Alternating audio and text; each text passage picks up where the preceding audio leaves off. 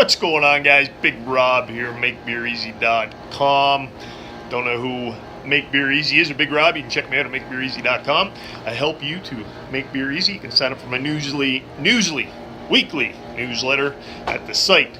Today, I'm going to do a few things. I got to keg these two bad boys here. This is my English IPA. I might put it in. First time I brewed that here at the pub. First time I brewed it, period, actually. Got a barrel of it. 120 something liters actually, and then I got one of my old trustees, Sister Sarah. She's an Irish red. It's one of our best sellers and top rated on Untapped and all that stuff. So I'm going to be kegging those. There's the Amarillo we talked about before. These brews are some of the other guys that I brew with. Their brews that they got brewing. So that's what we're going to do. I'm just going to play this one by ear. I'm going to be kegging. I'll show you some of me kegging these beers, and maybe we'll do a little taste test of that English IPA before we get her carved up and see what she's like. Be back here shortly. Yep, just poured a glass off of the English IPA. There's what was sitting on the bottom. Got all the trub and stuff out of the spigot. There it is. I don't know if you can see it. It's actually quite clear, and I haven't even cold crashed it yet. It's been sitting in that fermenter maybe 3 weeks, so that probably explains it. Never made this before.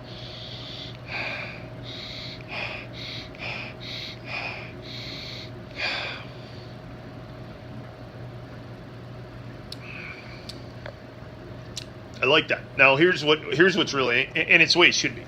Over here in North America, Canada, and of course we're connected. I'm right above New England because I'm in the province of New Brunswick, so right above Maine. That tastes really good. When you say IPA over here, it's like, oh, it's got to be real hoppy, it's got to be real bitter and all this stuff. The English are the ones that do it first. The India Pale Ales, you probably know the history of that. You can Google it. This is an English IPA, and it's not like an American one at all. It's probably like over here would be considered probably a pale ale, more along those lines, because it's not real bitter. Nice balance between the hops and the malt. Not an overpowering odor at all.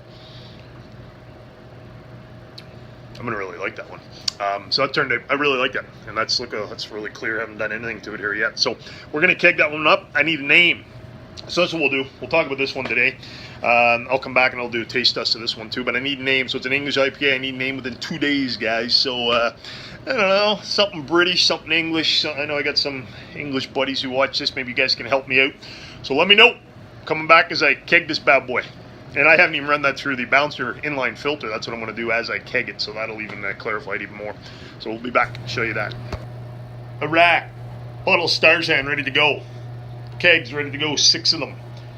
Got our lids soaking in Star San. Got my transfer hose soaking in Star San. Got my trusty bottle of Star San here. I like to give this a good shot. Let her sit for at least a minute. Contact time needs to be a minute with the good old Star San. Fill her all up. Make sure we're getting nothing but goodness in the beer. I'll make sure those lines are nice and clean. And then we're going to start transferring this bad boy. Yep. All set. Ready to roll. So this is you can see them down there, the inline filters. These are called the Bouncers. I did a review recently on these. You can check it out on my blog, makebeereasy.com. Love them. Cool little contraptions. I show you how they work in that video. It's got 2 different filters, one bigger micron and smaller micron. I don't know the sizes of them. Traps the big stuff in one, traps the little debris in the other. So you hook her up. I've got my blow off tube is gone. Got her all hooked up, the line's hooked up, and hose goes all the way down in. You make sure everything's Star San all the way down in so you don't oxidize. I then I put these in between the kegs so that gravity does its thing. That should work fine. I don't like that loop there, but we can go like that or something. You guys with me here?